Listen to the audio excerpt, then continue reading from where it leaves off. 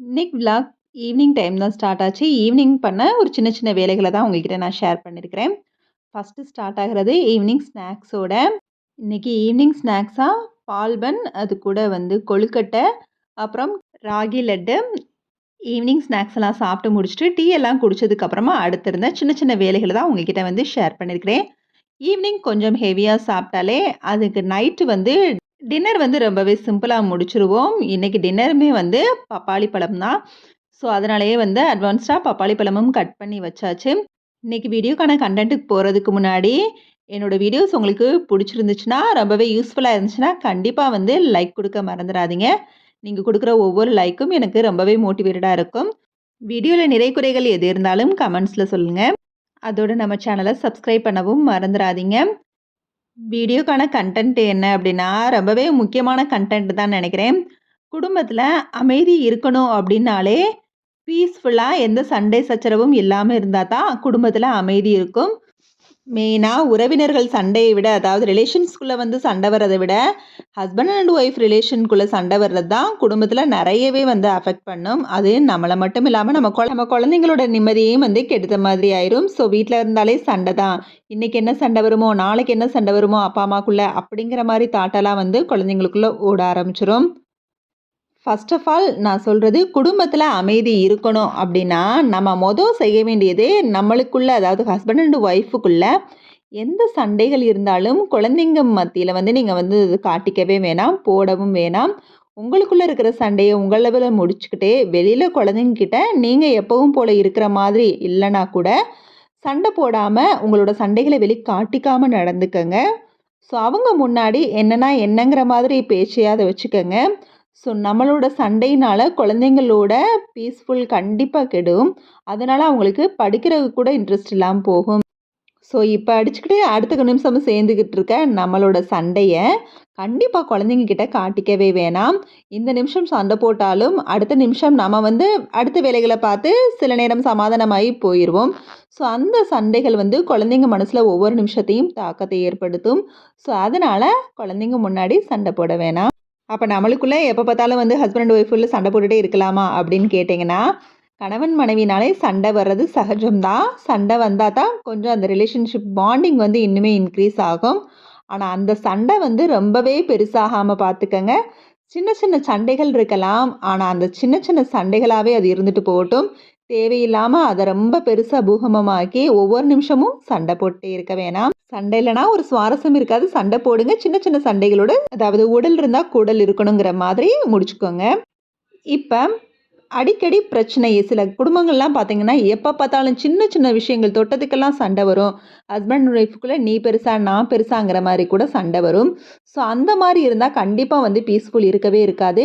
யோசிச்சு பார்த்தோம்னா, நம்ம தான் தப்பா பண்ணிட்டோமோ! அப்படிங்கிற மாதிரி நெனைப்பீங்க. ஆனா, அடுத்த நிமிஷமே வந்து அந்த விஷயத்த நம்ம செஞ்சுக்கிட்டு தான் இருப்போம்.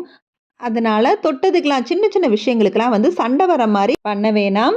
பிரச்சனைகள் எந்தெந்த மாரிலாம் நம்மளுக்கு வந்து ஸ்டார்ட் ஆகும்னா, சில விஷயங்கள வந்து நம்ம யோசிப்போம். இந்த விஷயத்த வந்து சொன்னா கண்டிப்பா சண்டை வரும்.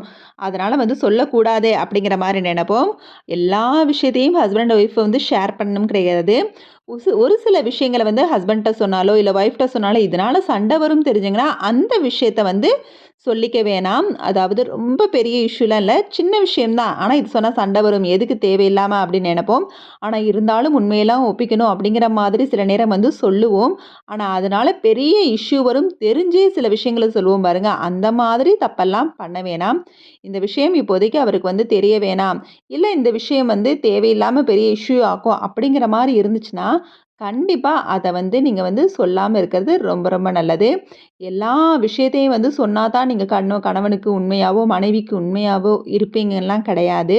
எந்தெந்த விஷயத்த சொல்லணும், எந்தெந்த விஷயத்த எப்பப்ப சொல்லணும் அப்படிங்கிற மாதிரி சில வரைமுறையெல்லாம் இருக்குது. ஸோ, அதெல்லாம் கொஞ்சம் பார்த்து சில விஷயங்கள வந்து ஷேர் பண்ணுங்க.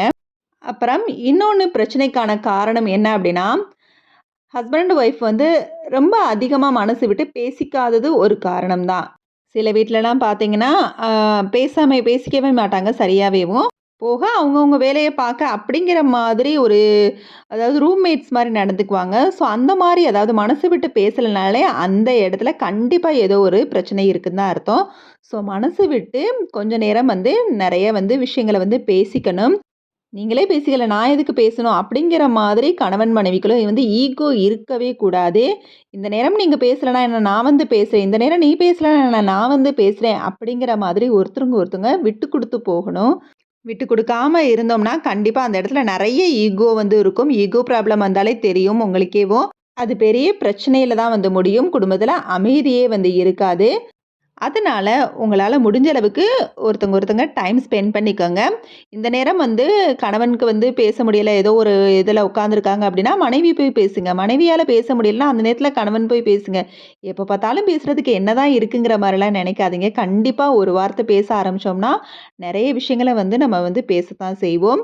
அப்படி இல்லையா, கொஞ்ச நேரம் வந்து டிவி கூட ஆன் பண்ணி, அதில இருக்கிற விஷயங்கள பார்த்து பேசலாம். மொபைல் இருக்குது. மொபைல பார்த்து கொஞ்ச நேரம் வந்து அந்த விஷயங்கள வந்து ஷேர் பண்ணி பேசலாம். இந்த மாதிரி பேசுறதுக்கு நெறைய விஷயங்கள் இருக்குது. நீங்களா ஒரு வட்டத்த போட்டு உட்காந்து, இதுக்கு மேல வந்து நான் கிராஸ் பண்ணி வரமாட்டேங்கிற மாதிரி வந்து இருக்க வேணாம். இதுவும் நீங்களா உங்க பிரச்சனைக்கு ஒரு ஆரம்ப புள்ளி வச்ச மாரி ஆயிரும். அடுத்ததா, பிரச்சனைகள் வளர்றதுக்கு இன்னொரு காரணம் என்ன அப்டின்னா, முடிஞ்ச விஷயத்த பத்தி பேசுறது. இதுதான் நடந்து முடிஞ்சிருச்சு. இந்த தப்ப வந்து நம்ம ஏதோ சொல்றதுனால செஞ்சுட்டோம். இல்ல ஏதோ தெரியாத்தனமா நடந்துருச்சு. அந்த மாரி இருந்தா முடிஞ்ச விஷயத்த வந்தே பேசிக்கிட்டே இருக்கிறது. இதனால தான நீ பண்ண. இதனால தான் வந்துச்சு. இத நீ பண்ணியிருக்க கூடாது. அப்படிங்கிற மாதிரி முடிஞ்ச விஷயத்த பத்தி பேசிக்கிட்டே இருந்தா ஒண்ணுமே ஆக போறதில்ல. ஒருத்தங்களுக்கு வந்து சப்போர்ட்டிவா, "சரி நீ இப்படி பண்ணிட்ட. இதனால ஆயிருச்சு விடு. அடுத்த தடவ இத பார்த்துக்கலாம். சரி பண்ணிறலாம்." அப்படிங்கிற மாதிரி ஒரு பேக் போனா தான் வந்து நிக்கணுமே தவிர்த்து, அத வந்து சொல்லிக்கிட்டே இருந்தோம்னா, கண்டிப்பா யாரா இருந்தாலும், அ கணவனா இருந்தாலும், மனைவியா இருந்தாலும் கண்டிப்பா அந்த இரிட்டேட்டிவ் இருக்கத்தான் செய்யும். தெரியாம பண்ண தப்ப இப்படியே வந்து பேசிட்டே இருக்காங்களே, அப்படியே நம்மள வந்து மட்டம் தட்டுற மாரி நடத்திக்கிட்டே இருக்காங்களே, அப்படிங்கிற மாரி தாட் வந்து ஒவ்வொருத்தவங்களுக்குள்ளயும் உருவாக செய்யும். ஸோ அந்த குடும்பத்தில வந்து கண்டிப்பா எப்பவுமே வந்து நிம்மதி இருக்கவே இருக்காது. அடுத்ததா கணவனோ, மனைவியோ தன்னோட குடும்பத்தில அதாவது தனக்கு கூட பிறந்தவங்க, தன்னோட குடும்பத்த சேர்ந்தவங்கள வந்து பெருசா நினைக்கிறது கணவனோ சரி, மனைவியோ சரி, 2 குடும்பமே உங்களுக்கு வந்து ஈக்குவல் தான். 2 குடும்பமே வந்து முக்கியம் தான். அப்படிங்கிற மாதிரி போய்க்கிட்டே இருக்கணும். என் குடும்பத்த மட்டும் தான் பார்க்கணும். உங்க குடும்பத்த நீ பார்க்கக்கூடாது. அப்படிங்கிற மாதிரி விஷயங்கள வந்து திணிக்க வேணாம். 2 குடும்பத்தையும் ஒண்ணா பார்க்க ஆரம்பிச்சுட்டாலே போதும். அப்படி இல்ல உங்களுக்கு வந்து ஏதாவது ஒரு மிஸ் அண்டர்ஸ்டாண்டிங்ல அந்த குடும்பத்த பிடிக்கல அப்படின்னா, ஸோ கணவனோ, மனைவியோ விட்டு குடுத்து போங்க. ஸோ நம்மள மாரி தான் அவங்களுக்கும் தாட் இருக்கும். நம்ம குடும்பத்த நம்ம எப்படி நெனைக்கிறோமோ, அந்த மாரி தான் அவங்க குடும்பத்த அவங்க நெனைப்பாங்கங்கிற மாதிரி 2 பேருமே அத அண்டர்ஸ்டாண்ட் பண்ணி போய்க்கிட்டே இருக்கணும். சொல்லப்போனா இது அவங்களோட பிரைவசினே கூட வச்சுக்கலாம். ஸோ இந்த விஷயத்துல ரொம்பவே டீப்பா இன்வால்வ் ஆயி ஒருத்தவங்க நிம்மதிய நீங்களே வந்து கெடுத்துக்க வேணாம். ஸோ நிம்மதியான, சந்தோஷமான குடும்ப வாழ்க்கைக்கு உங்களுக்குள்ள பிரச்சனைகள் இல்லாம பார்த்துக்கங்க. பீஸ்ஃபுல்லா, ரிலாக்ஸா இருங்க. Okay, bye. தேங்க்ஸ் ஃபார் வாட்சிங்.